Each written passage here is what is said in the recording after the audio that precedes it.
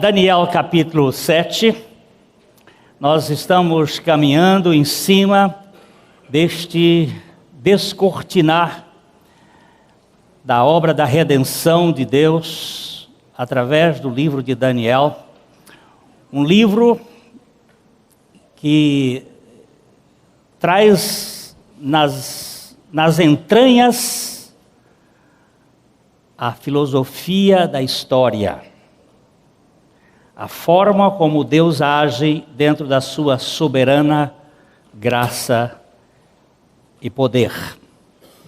O livro de Daniel, então, ele é dividido em duas partes, uma parte histórica e uma parte profética.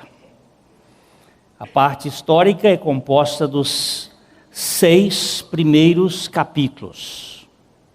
A parte profética é a partir do capítulo 7. Só que os capítulos 5 e 6, eles não estão na ordem cronológica. O capítulo 5 de Daniel, ele está no final do reino de Babilônia.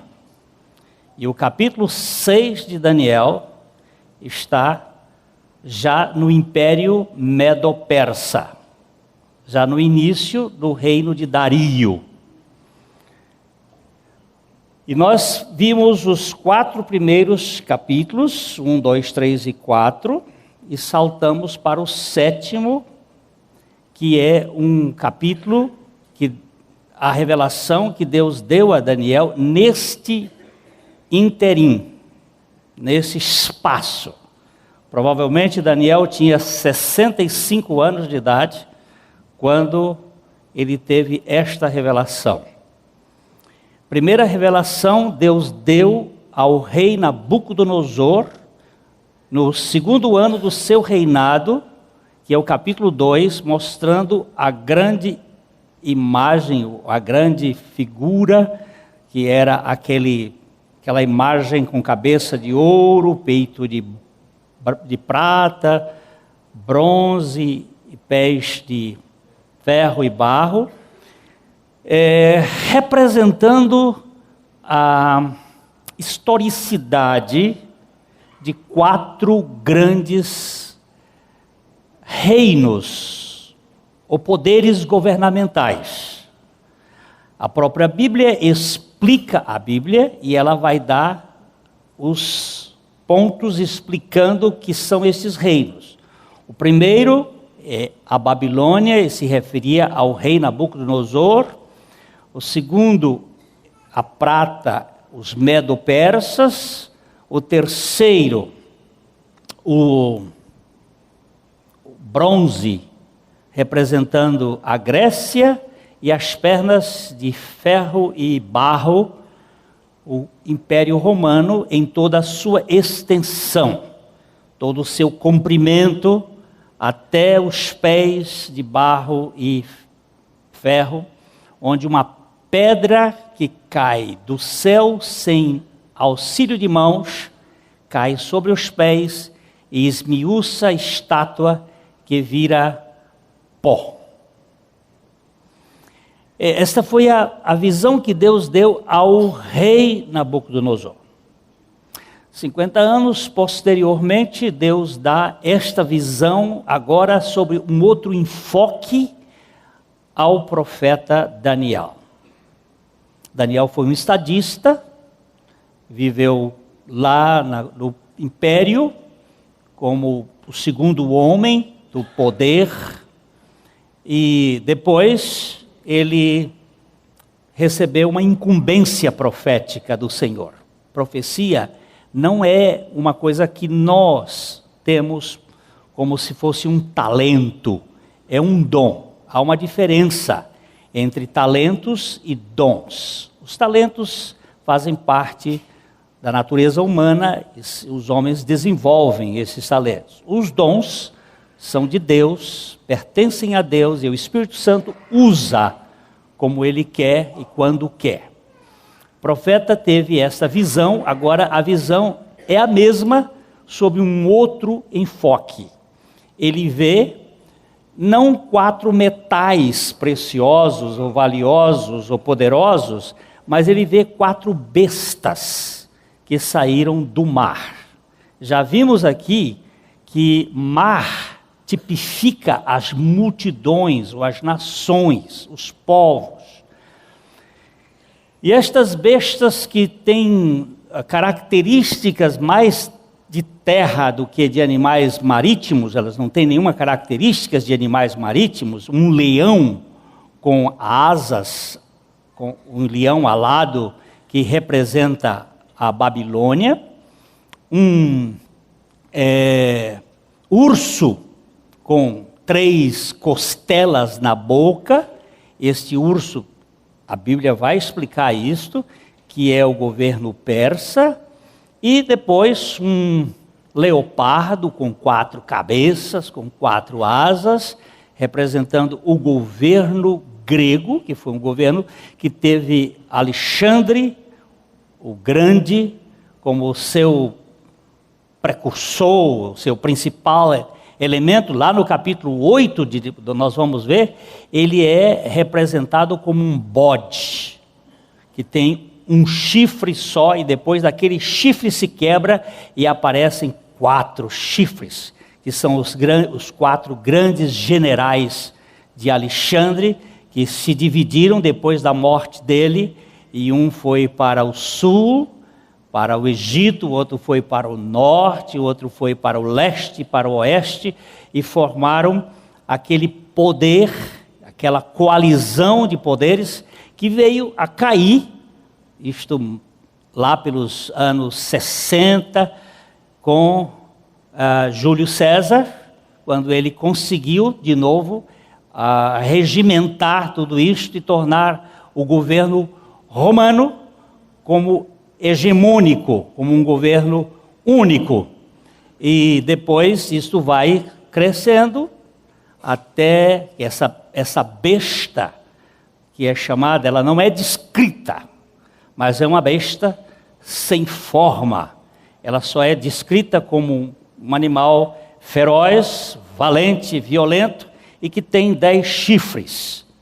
E chifre sempre representando poder, força, governo. Então, nós estamos lendo isto, tentando ver como é que Deus age no meio dessas coisas. Como é que o Deus soberano trabalha. E nós vimos que os ventos, os 4 ventos da terra, os 4 ventos do céu, é que movem esta governabilidade do mundo. Não existe acidentes de percurso, nem o homem age por conta própria, sim, mas ele é responsável, contudo é o Senhor que endurece a quem quer. Isto ele está dizendo na palavra sobre o faraó do Egito, e ele age soberanamente no meio da humanidade. Então nós vamos ler de novo o capítulo 7, de 1 até o 14, a gente vai ler e depois nós vamos falar um pouquinho hoje, se o Senhor nos permitir, alguma coisa sobre os livros que são abertos lá no céu, lá no julgamento de Deus. Então vamos dar uma leitura. No primeiro ano de Belsazar, rei da Babilônia, teve Daniel um sonho e visões ante seus olhos, quando estava no seu leito. Escreveu logo o sonho e relatou a suma de todas as coisas.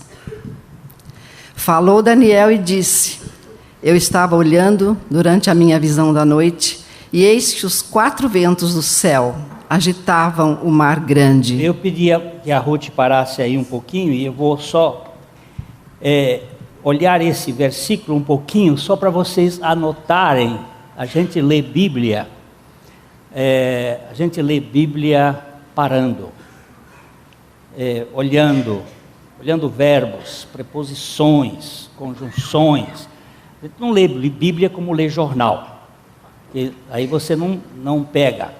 Ele diz assim, eu estava olhando durante a minha visão da noite. Dr. Christian Shane, ele tem um estudo sobre as visões da noite, as coisas da noite. É sempre interessante saber que as visões da noite referem-se quando não há revelações da luz. Tudo que é da noite está falando das trevas e da falta de revelação. Ele está numa época onde não há uma luz de Deus na história. Essas são as trevas do coração do homem. Ele nos tirou do império das trevas e nos transportou para o reino do Filho do seu amor. Nós precisamos sempre que olhar noite, trevas, terror noturno, nós gastamos um tempo aqui no Salmo 91, tudo isso está falando desta filosofia do Deep Darkness. Se você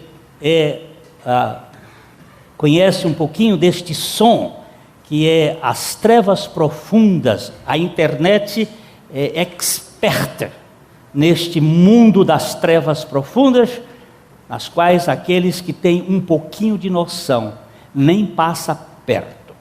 Eu vou dizer aqui para você, bem com todo o coração, eu atendi um menino de 17 anos, lá em Corrente, no Piauí. Eu estou falando de Corrente, no Piauí. Para usar um termo clássico e não ofender tanto as pessoas, na cloaca do mundo. Lá naquele fim, eu cheguei lá e o menino me procura e diz assim: Glênio, me ajuda. Eu digo: o que foi, meu filho? Eu preciso conversar com você, depois de uma pregação num retiro de jovens. E ele disse: eu sou frequentador da Deep Darkness. Eu disse: o que é isso, que eu nunca nem ouvi falar? E ele então foi começar a mostrar. Eu digo para você, eu não fico perto de uma cascavel. Eu não fico perto de uma cascavel. Ela é venenosa e me mata. Tem coisas que eu não quero nem saber. Eu fico longe, o máximo possível. Vamos colocar mais uma coisa aqui. O rei queria um cocheiro para fazer o transporte da sua família. Então mandou contratar um cocheiro que tocasse a carruagem.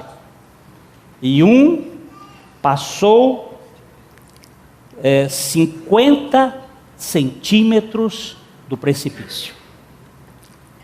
O outro passou a 20 centímetros do precipício. O outro passou a 10 centímetros do precipício. E o outro passou a 2 metros do precipício. E então a pessoa chegou e disse assim: este aqui que passou a 2 metros vai ser contratado, porque ele vai levando a família do rei E quanto mais longe se passar do precipício, mais habilitado ele é. Entendeu? Isto aqui nós precisamos ter cuidado. Tudo que é escuro, que é das trevas, ele estava tendo uma visão da noite. E o que acontece na noite? No escuro. Precisa de nossa parte ter cuidado. Eu não posso falar mais do que isso, que eu já falei demais.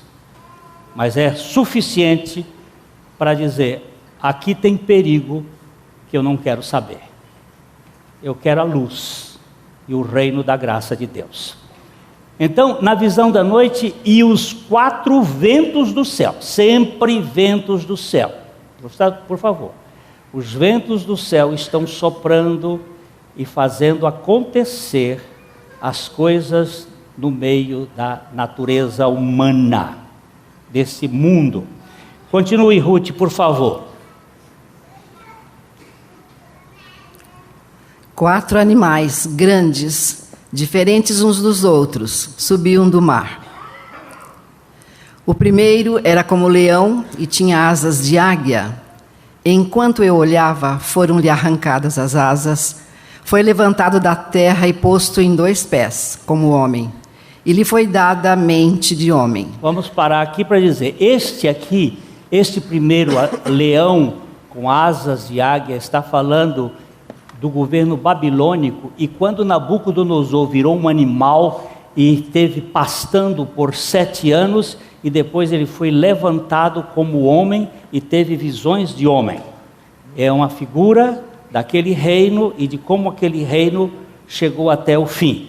Segundo, verso seguinte. Continuei olhando, e eis aqui o segundo animal, semelhante a um urso, o qual se levantou sobre um dos seus lados. Na boca, entre os dentes, trazia 3 costelas, e lhe diziam: levanta-te, devora muita carne. Esses animais são tipológicos e figurativos. Se você for estudar a história, você vai ver que o leão era a figura da Babilônia, o leão alado. Temos muitas figuras, você pode entrar na internet e você vai encontrar. Se você for ao Museu de História Natural de Constantinopla, hoje não é mais Constantinopla, é Istambul, você vai verificar lá no museu a figura. O urso é uma figura do Império Persa, e você vê que ele levantou um dos seus lados, sobre um dos seus, porque ele era duplo, medo-persa, um dos seus lados, e tinha 3 costelas na sua boca, a Líbia, a Síria e o Egito. Ele tinha comido, e tinha muita carne para comer. Terceiro,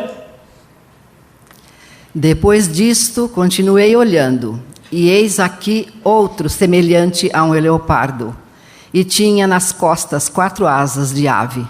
Tinha também esse animal 4 cabeças, e foi-lhe dado domínio.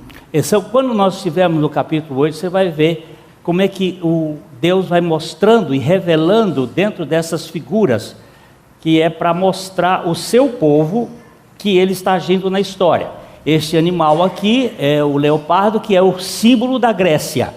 E tinham 4 asas, rapidez com que em 13 anos o império foi tomado, o mundo foi tomado por Alexandre.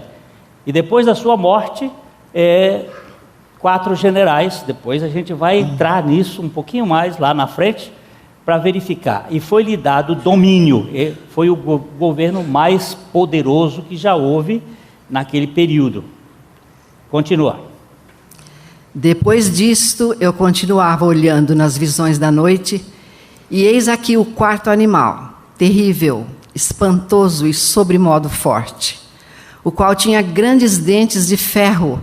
Ele devorava e fazia em pedaços, e pisava aos pés o que sobejava. Era diferente de todos os animais que apareceram antes dele, e tinha 10 chifres. Você presta atenção que ele descreve, não compara com nenhuma besta. Não há coisa semelhante a ele.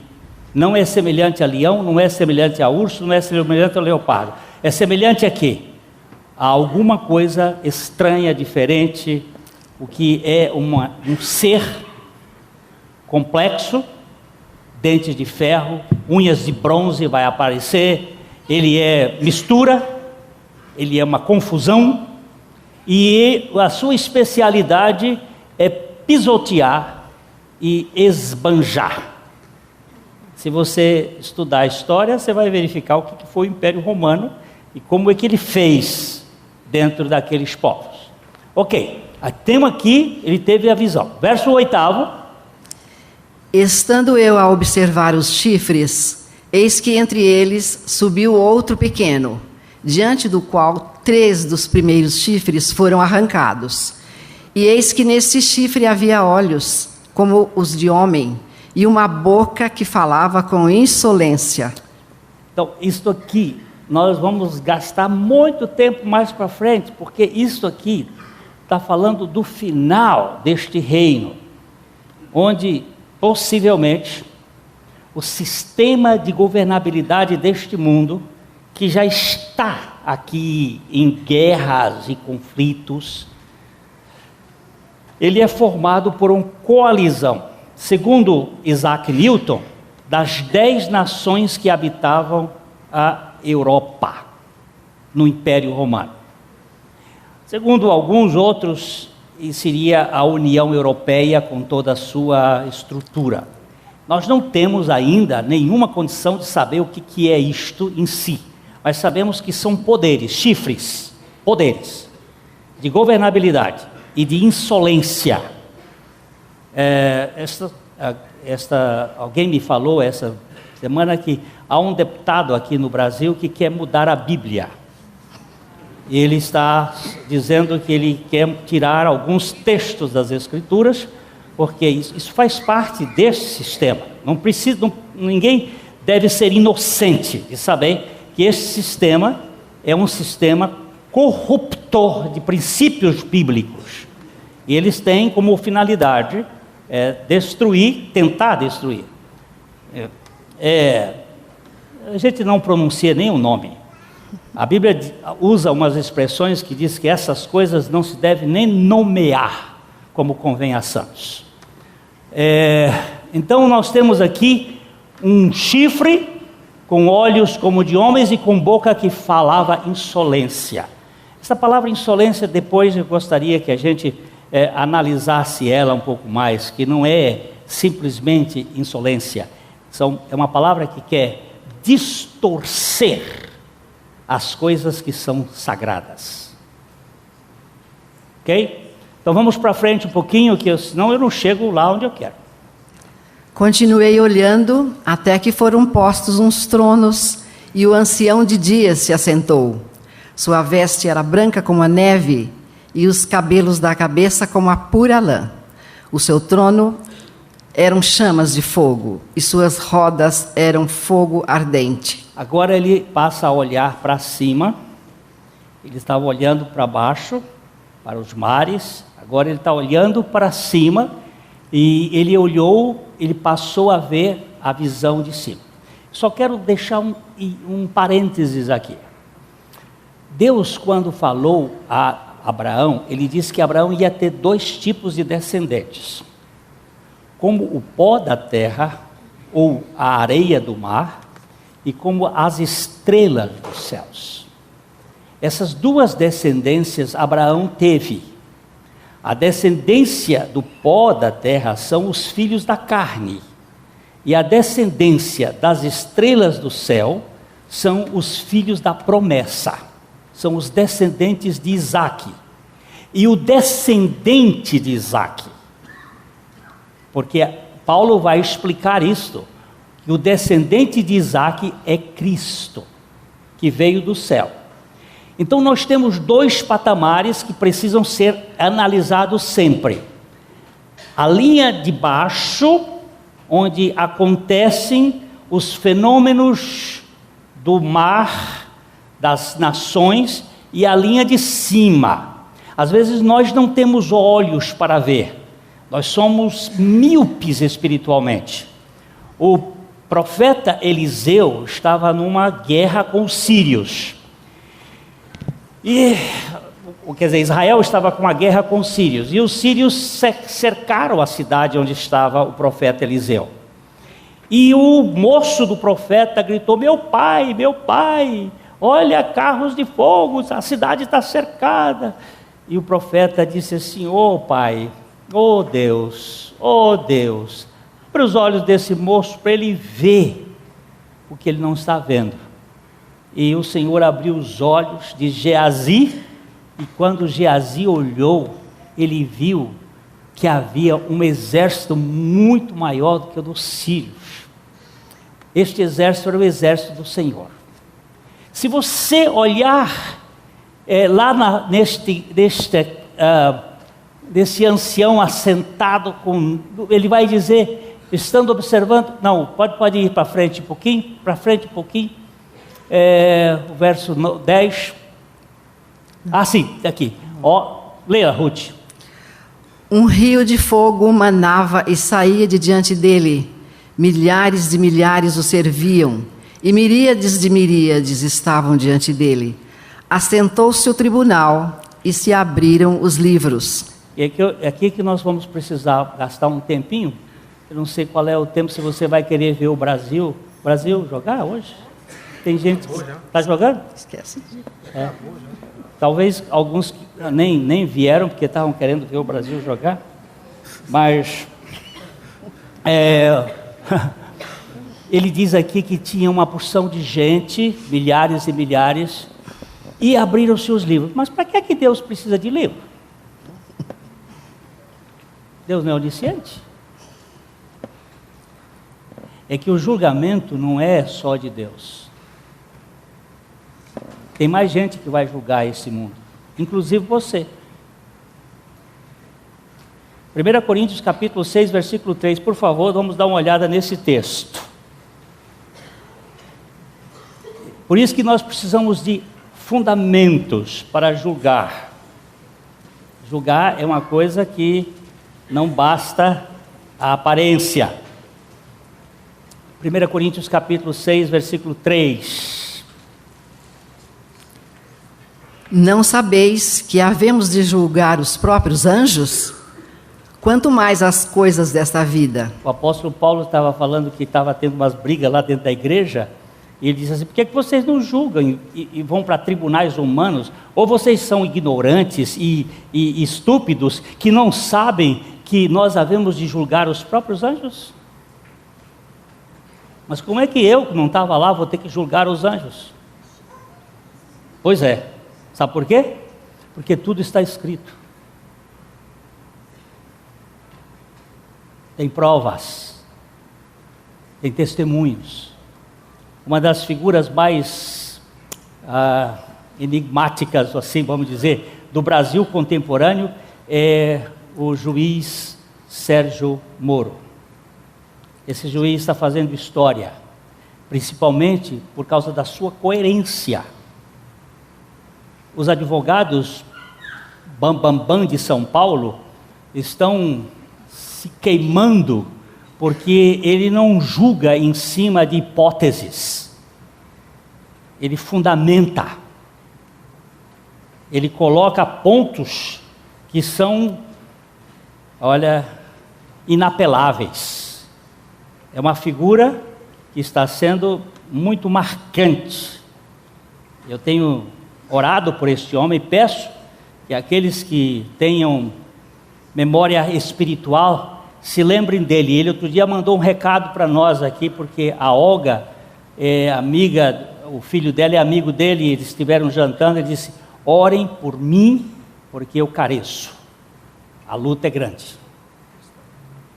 Mas nós não estamos diante de um tribunal em que as pessoas podem mudar os fatos. Não podem, porque tudo está devidamente registrado. E nós vamos dar uma olhada. Não sei se vocês têm muito tempo. Eu tenho que falar pelo menos 1 hora. Mas eu deixo vocês um pouco antes. Olha aqui. Vamos primeiro dar uma lida em Mateus, capítulo 12, versículo 33 a 37. É Jesus falando sobre realidade espiritual. Primeiro eu quero que você observe isto aqui.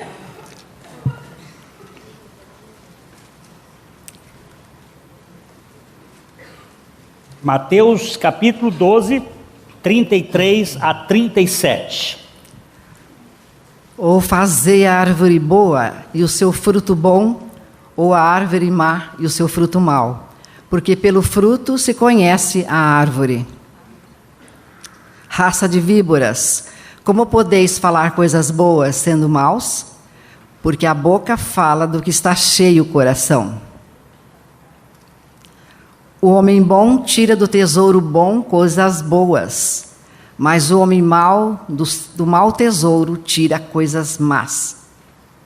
Digo-vos que de toda palavra frívola que proferirem os homens, dela darão conta no dia do juízo.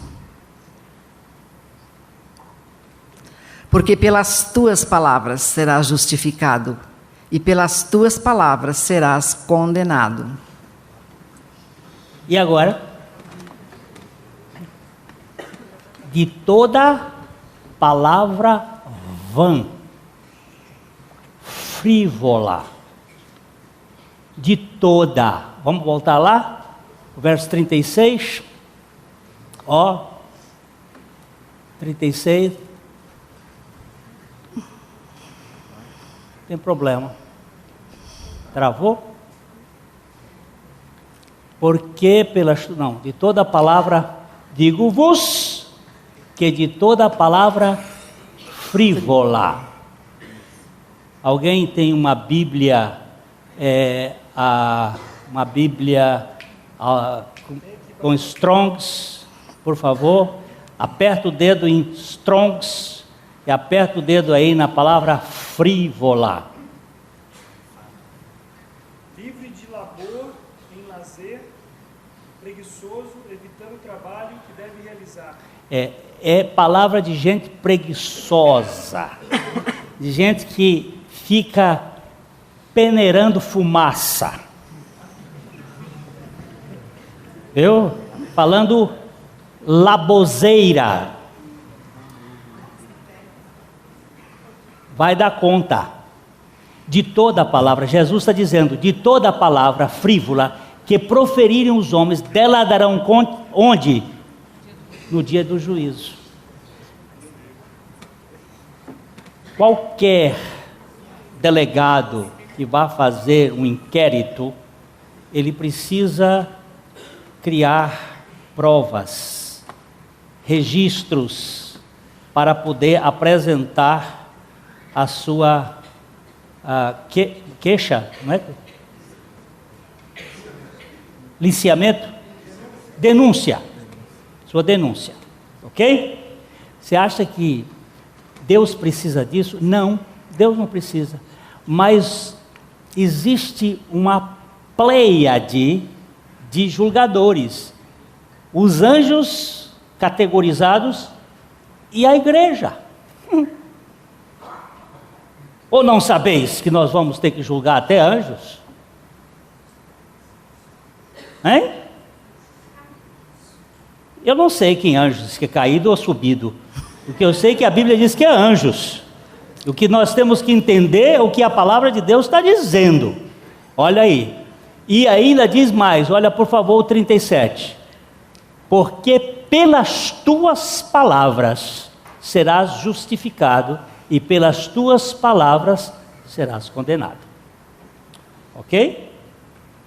Então nós temos alguns livros na Bíblia. A Bíblia menciona pelo menos 3 tipos de livros que são utilizados no tribunal de Deus. Primeiro, o livro da vida. Depois, os livros de registro. E depois, o livro memorial. O livro da vida é o livro que contém os nomes daqueles que foram eleitos por Deus e salvos por Cristo e que viveram para a glória de Deus aqui na terra. Vamos ler Lucas capítulo 20, versículo 10. Primeiro, Lucas 20, 10. Os discípulos de Jesus estavam muito alegres. Ele mandou 70 deles fazer uma missão em Israel, pregando o evangelho, curando os enfermos, realizando obras, e eles voltaram esfuziantes, eles voltaram saltitantes, eles voltaram gritando e dizendo assim: ó Senhor, nós vimos Satanás se submeter em teu nome. Todo alegres pelo resultado do trabalho deles. E Jesus então diz no versículo 10: no devido tempo mandou um servo aos lavradores para que lhe dessem do fruto da vinha. Os lavradores, porém, depois... Não, Lucas 10, 20. Perdão, 10, 20. Eu que disse errado, né? Lucas 10, 20.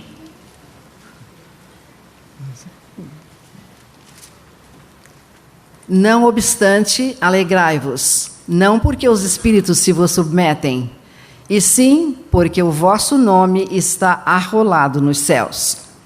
Você tem motivo de alegria? Você quer saber qual é o motivo de alegria? Você quer ter motivo de alegria? O motivo de alegria é se seu nome está escrito no cartório do céu, no livro da vida. E Glênio, como é que faz para escrever isso aí? Quem escreve é Deus. E uma vez escrito o nome lá no livro da vida, nunca mais se apaga. Moisés até pediu a Deus: risca o meu nome do teu livro. Deus disse: não dá para riscar. Aqui não tem mata-borrão. E não tem aquele negócio que se usava antigamente. Tem Regorex. Eu não sei nem pronunciar aquilo. Regorex? Pois é, aquele troço. Não dá para corrigir. O que foi escrito, foi escrito. Até o Pilatos sabia disto.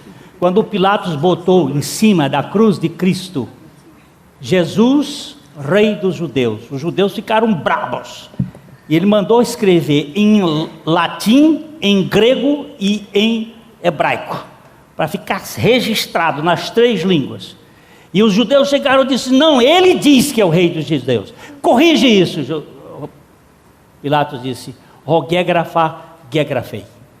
O que eu escrevi, escrito está. E quando Deus escreve, está escrito, e não muda. E como é que faz para escrever? Não sei, eu só sei uma coisa: que eu vim para o que era seus, os seus não receberam, mas a todos quantos o receberam, deu-lhes o poder de serem feitos filhos de Deus, a saber, os que creem no seu nome, os quais não nasceram do sangue, nem da vontade da carne, nem da vontade do varão, mas de Deus. Eu posso dizer para você: todo aquele que receber Jesus Cristo como seu Salvador e Senhor, ele tem garantido o seu nome escrito no livro da vida. Não é se você pertence a uma igreja, ou se você aceitou Jesus, mas se você crê que Jesus o aceitou, e que você o recebeu como único Senhor e Salvador da sua vida. Nesse momento você pode ter certeza que o seu nome já estava escrito lá na eternidade. Foi escrito antes da fundação do mundo, como nós vamos ver. Nós não vamos passar do livro da vida hoje. O livro da vida é o livro que nos garante que nós somos filhos legítimos de nosso Deus. Nós estávamos no hospital, lá onde o nosso netinho nasceu, Vera Cruz, em Campinas, e o meu genro chamou a minha filha, a outra filha que é advogada, e disse: vamos agora lá no posto do cartório para registrar o nome do Felipe Paranaguá Padovan. Nome de príncipe. Aí daqui a pouco eles entram com a certidão e eu tirei uma fotografia. Aqui está registrado, mas esse não é o registro legítimo. O registro legítimo foi escrito antes da fundação do mundo pelo sangue do Cordeiro que foi imolado para nos resgatar de uma vã maneira de viver que por herança herdamos de nossos pais. Isso chama-se Evangelho, graça plena, graça sobre graça, não graça subvencionada pelo esforço humano, mas graça plena de Deus para conosco.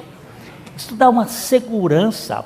Um dia que eu tenho meu nome selado numa pedrinha branca que está nas mãos do Cordeiro, eu tenho uma certidão de nascimento que não pode ser removida por nada deste mundo, porque ela foi escrita por Deus.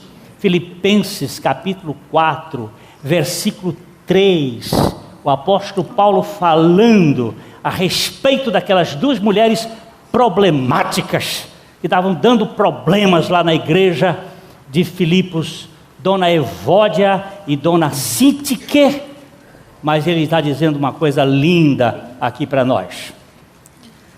A ti, fiel companheiro de jugo, também peço que as auxilies, pois juntas se esforçaram comigo no Evangelho, também com Clemente e com os demais cooperadores meus, cujos nomes se encontram no livro da vida. Elas estavam dando problemas. Sabe por quê? Dona Evódia e Dona Sintique, elas tinham preferências partidárias, coisas lamentáveis que às vezes acontecem em qualquer família e na igreja também, quando às vezes você opta por Paulo, ou opta por Pedro, ou opta por Apolo, e até aqueles mais radicais que dizem: nós somos os únicos e somos de Cristo. São esses partidos adoecedores que mantêm muitas vezes a igreja numa trepidação. E ele diz assim: ou eu peço a ti, meu fiel companheiro de jugo, que as auxilies, que as ajudes, pois elas juntas estiveram comigo no Evangelho, e também elas estiveram com Clemente, um dos pregadores da igreja de Filipe, e com os demais cooperadores meus. Essa palavra é boa, cujos nomes estão escritos no livro da vida. Esse é um livro de Deus, é um livro que nós vamos consultar, que no julgamento da humanidade ninguém vai ser sem critério. Não vai haver uma coisa assim: olha, eu vou lhe mandar para o inferno. Não, tem critérios. Você está vendo? As palavras frívolas que você e eu proferimos, se não tivermos o advogado para cuidar disto, por isso que o apóstolo João vai dizer assim: temos um advogado junto ao Pai. Preste bem atenção, não advogado junto ao juiz, mas junto ao Pai, Jesus Cristo, o justo. Ele é a nossa propiciação, e não somente nossa, mas em favor de todo mundo. Ele tem uma obra completa realizada. Eu não vou. Eu já falei isso aqui. Uma ocasião eu estava construindo a nossa casa lá, e tinha um vigia, e pagando todas as coisas certas, o vigia entrou com uma ação, e eu, muito besta, resolvi que eu ia defender sozinho. Não, encontrei por acaso a doutora Zélia aqui na calçada e conversando ali, ela disse: e aí, pastor, como estão as coisas? Eu disse: tudo bem, mas eu estou com um problema. E quem é o seu advogado? Não tenho. Pastor, o juiz nem vai lhe atender. Precisa de um advogado. Aí eu disse: como é que eu faço? Eu posso estabelecer a senhora? Ela disse: eu assumo. Então eu fiz uma procuração, subestabelecer, não sei como é que fala, e sei que ela foi e me defendeu. Você tem um procurador, você tem um advogado? Você não pode ir para esse tribunal sozinho. Por isso que você vai verificar que quando o tribunal está ali, se nós não lemos, o filho do homem estava descendo para vir se apresentar. Porque nós só temos um advogado junto ao Pai, é Jesus Cristo. Você não pode dizer assim: e minhas obras de justiça que eu fiz, sabe o que elas valem? Nada, é trapos de imundícia. Eu fui visitar uma figura hierárquica de uma igreja importante do Brasil, aqui em Londrina, há many years ago, e ele tinha me ligado e disse assim: meu filho, vem aqui conversar comigo. E eu fui no seu palácio, e lá conversamos, e tivemos uma conversa das 2 da tarde até as 5. E na hora que nós íamos saindo, ele virou-se para mim e disse assim: você acredita que as minhas boas obras não servirão para o reino, para a minha entrada no reino de Deus? Eu disse: se elas servissem, o sacrifício de Jesus Cristo era em vão. E ele virou-se para a sua secretária e disse: secretária Carmen, o pastor Glênio está dizendo que a minha justiça não serve para nada. E ela virou e disse: e não serve mesmo, senhor fulano. E eu disse para ele: vossa excelência está dividido na vossa própria residência. Se você pensa que os seus méritos vão entrar em jogo, você está quadradamente enganado. Não é redonda, não. É absolutamente enganado. Nenhum dos nossos atos de justiça serve. Nós temos que ter o nosso advogado junto ao Pai. Ele assumiu a nossa causa, Ele morreu a nossa morte, Ele levou os nossos pecados, Ele assumiu e diz assim: o pecado que era deles, agora é meu. E a justiça que era minha, agora é deles. Você já viu um negócio desse? Em lugar nenhum do mundo. Não existe. Só existe isso no Evangelho. Onde é que está seu nome, meu irmãozinho? Em que livro ele está? Daniel também relatou que Deus salvará os que estiverem registrados neste livro. Daniel capítulo 12, versículo 1. É bom a gente saber.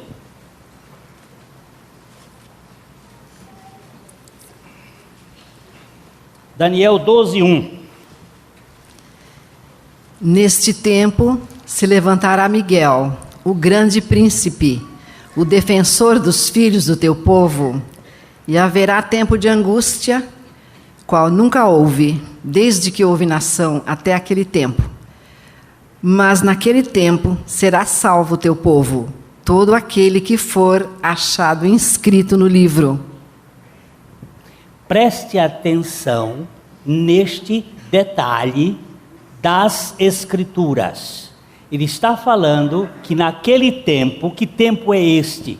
É o tempo da grande tribulação. É a 70ª semana.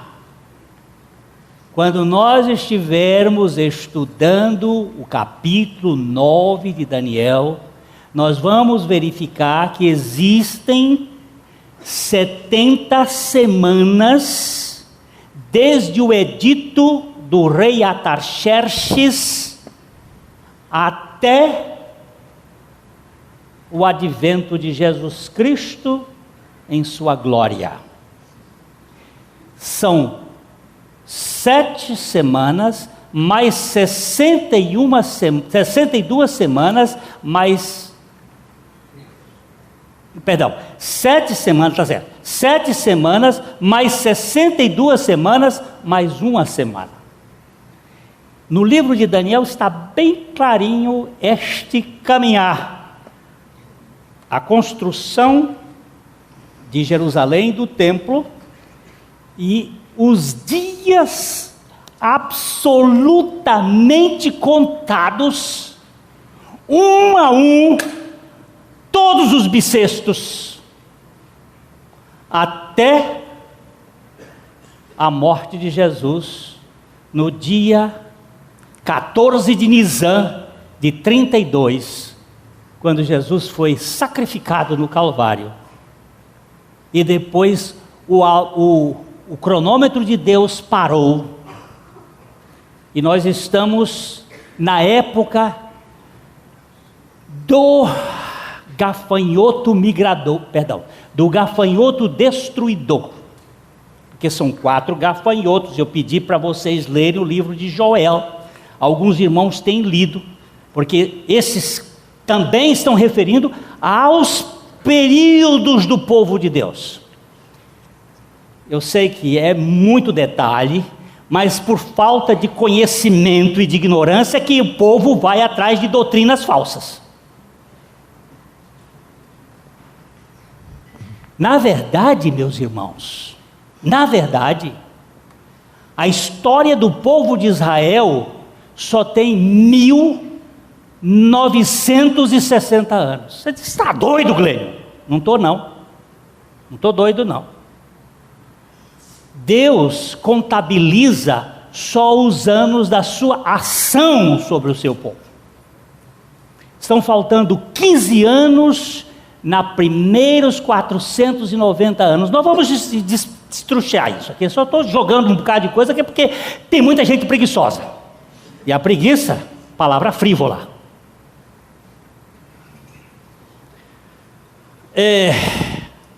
Primeiros 490 anos é de Abraão até o Sinai. Os segundos 490 anos é do Sinai até a construção do Templo de Salomão. O terceiro 490 anos é do Templo de Salomão até o povo ir para a Babilônia. E os outros 490 anos são esse tempo. Aí você diz, mas tem muito mais tempo. Pois é, o tempo da ignorância e o tempo da incredulidade Deus não contabiliza.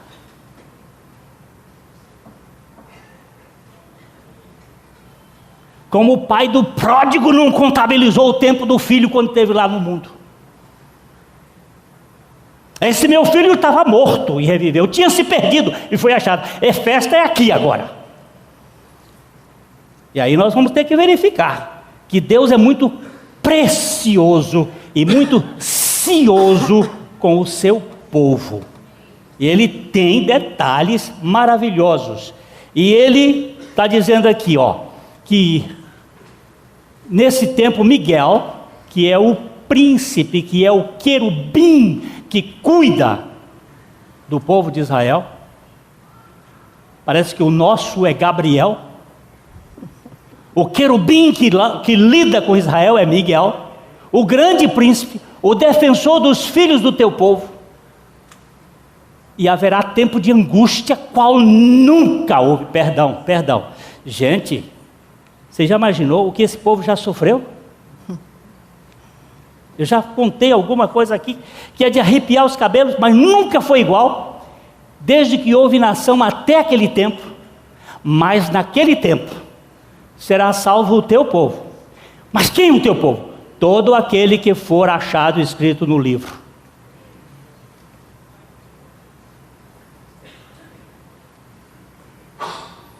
Todo aquele que for achado escrito no livro. Que livro é este? É o livro da vida. Vamos dar uma olhadinha em Apocalipse 21. Eu estou olhando aqui a hora. 21, 27. Mas a gente vai terminar. Apocalipse 21, 27. Nela nunca jamais penetrará coisa alguma contaminada, nem o que pratica abominação e mentira, mas somente os inscritos no livro da vida do Cordeiro. Presta atenção. O pastor Humberto falou aqui, eu estava no Paraguai, e ele falou aqui que muitas vezes você dá muita pancada no homossexual, mas não dá no mentiroso.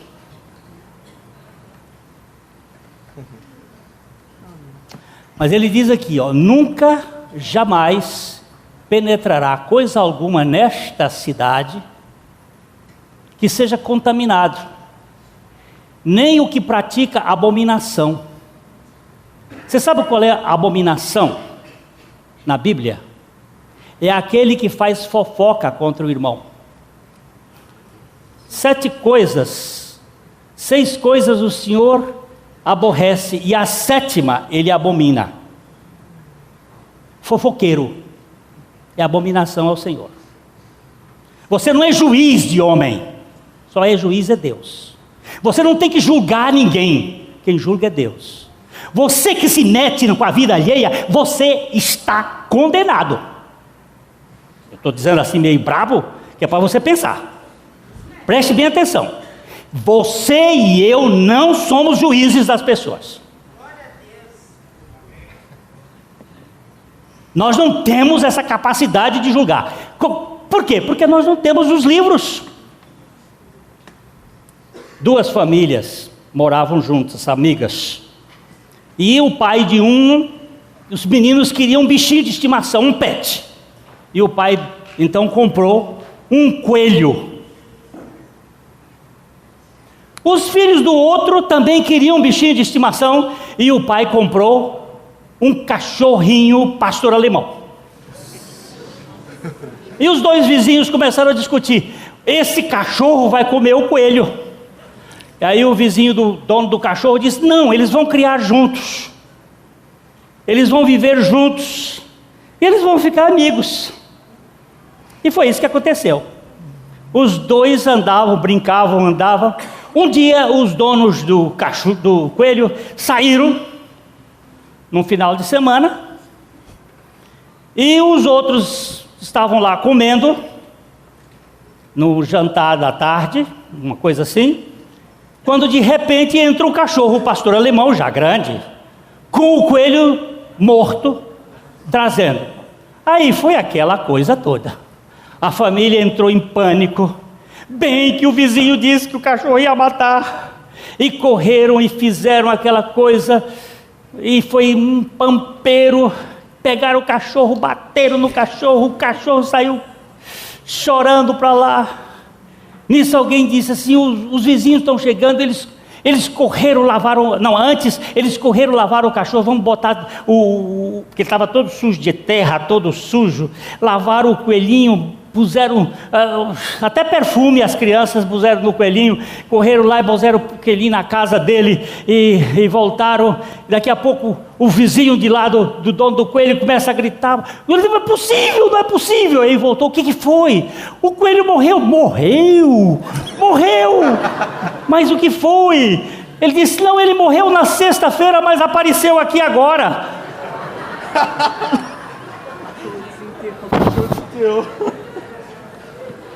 O coelho tinha morrido, as crianças tinham enterrado, e o cachorro foi buscar o amiguinho. Olha aqui, julgar pela aparência, meu irmão. O que é julgar pela aparência? Você pode cometer um equívoco. O cachorro, na verdade, ficou procurando o coelhinho, que era amiguinho dele, passou, procurou, e tinha enterrado, ele foi lá, cavou e trouxe. Fizeram um papelão, por quê? Por que a gente julga pela aparência? Você não tem essa capacidade. Deus sabe a história sua e a minha. Ele sabe por que nós estamos desse jeito. Deus é o único juiz, meu irmão. Você e eu não podemos julgar. Olha só, jamais entrará lá abominação, nem mentira, meu irmão. Não tem mentira lá. Mas temos somente os inscritos no livro da vida do Cordeiro. Isso é lindo, não é? É lindo? Pois então, vamos ver aqui mais. É preciso entender que os registros nos livros são imprescindíveis para o julgamento. E quem estiver escrito no livro da vida do Cordeiro estará isento da condenação eterna. Vamos ver Apocalipse 20, 15.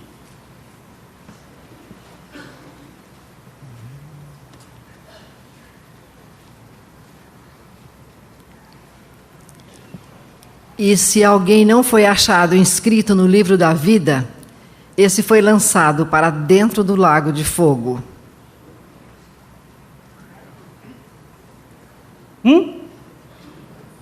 Ah, mas Deus é brasileiro. Pode ser para Dilma. Deus é justo. Não tem jeitinho. Não tem negócios. Tem Salvador. Tem Redentor. Tem aquele que assumiu. Olha lá. Se alguém não for achado escrito no livro da vida, esse será lançado no lago de fogo. Vamos ler o verso 12, do verso 12 também, o verso 12 de Apocalipse 20. Vi também os mortos, os grandes e pequenos, postos em pé diante do trono. Então se abriram os livros. Ainda outro livro, o livro da vida, foi aberto. E os mortos foram julgados, segundo as suas obras, conforme o que se achava escrito nos livros. Eles foram julgados segundo as suas obras, e nós somos salvos segundo a obra de Cristo. Entendeu?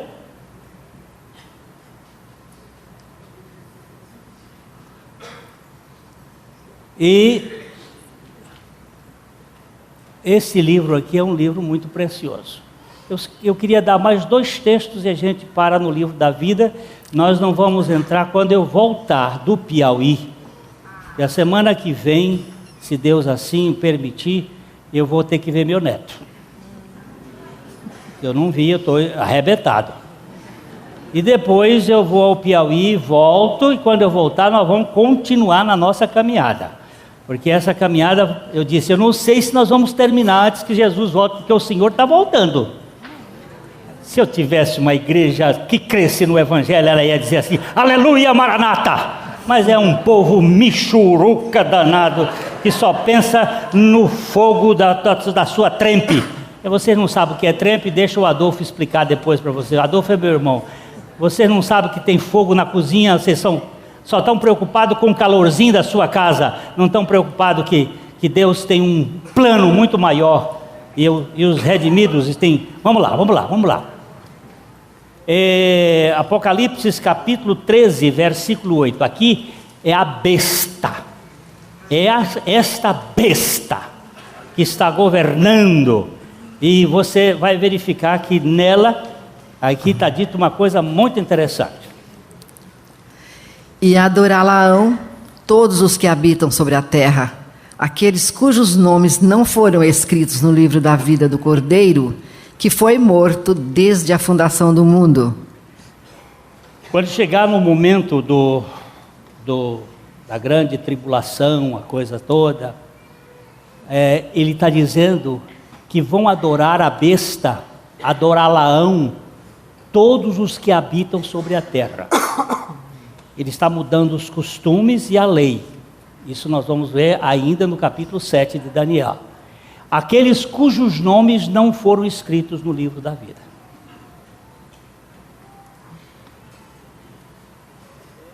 Se eu tiver que passar pela tribulação, eu não vou receber o número da besta e eu vou ser morto.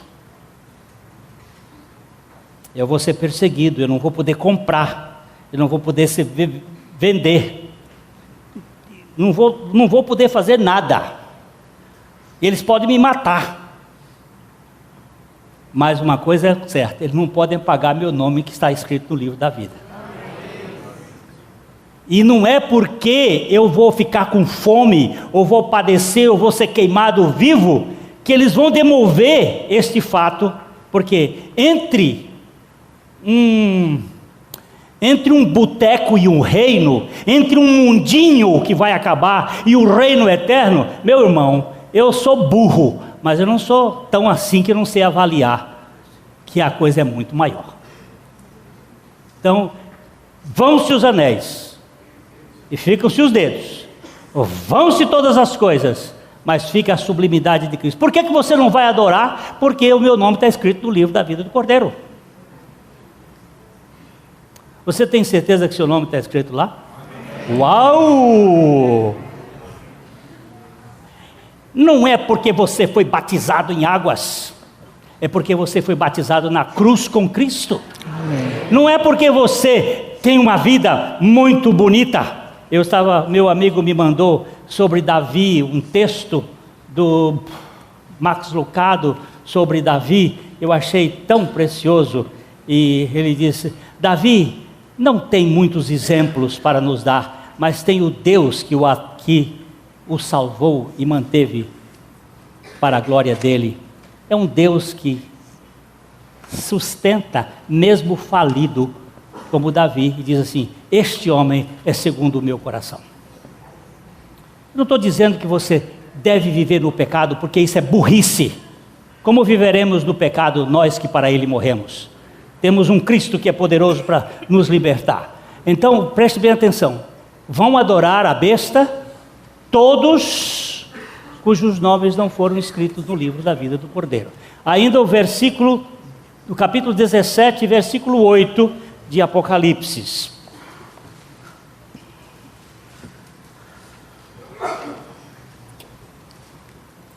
A besta que viste era e não é.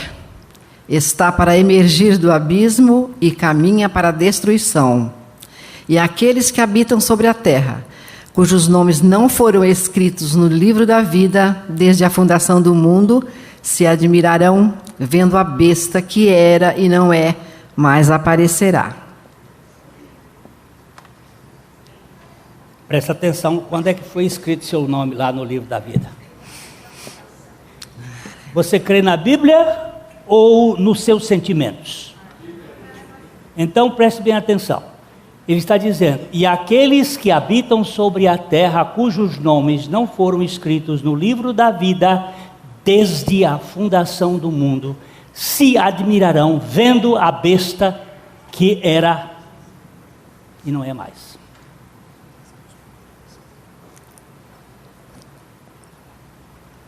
Mas tem um aparecerá ali, que depois nós vamos ter que estudar isso no contexto da grande tribulação, que é o reino do anticristo. A besta é o princípio da governabilidade romana. Agora, meu irmãozinho, Kyrios Kaiser, César é o Senhor. Nenhum cristão dizia isto. Ele dizia Christos Kaiser. Jesus, Cristo é o Senhor. É isto que vai mudar. Se você vai ter que viver às expensas de um sistema corrupto e corruptor, ou se você vive na dispensa da graça de Deus, é o que faz a diferença. É o que torna a vida do crente descansada, segura. Nada pode nos abalar. Ainda que, todavia, não tem nada. Aquele texto de Abacuque está falando da grande tribulação, está falando da grande luta, está falando da falência total. Não tem mais nada, sumiu tudo.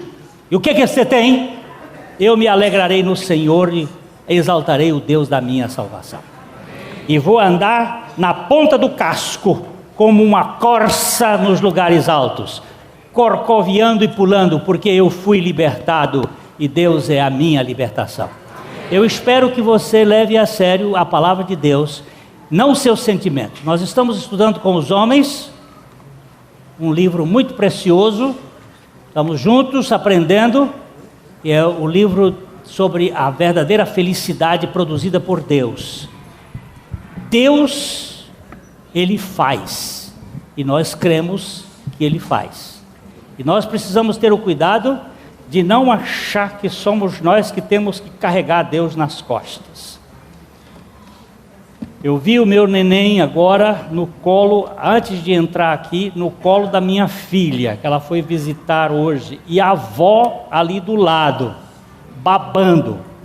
Ele no colo da mãe, a mãe sustentando o bebê.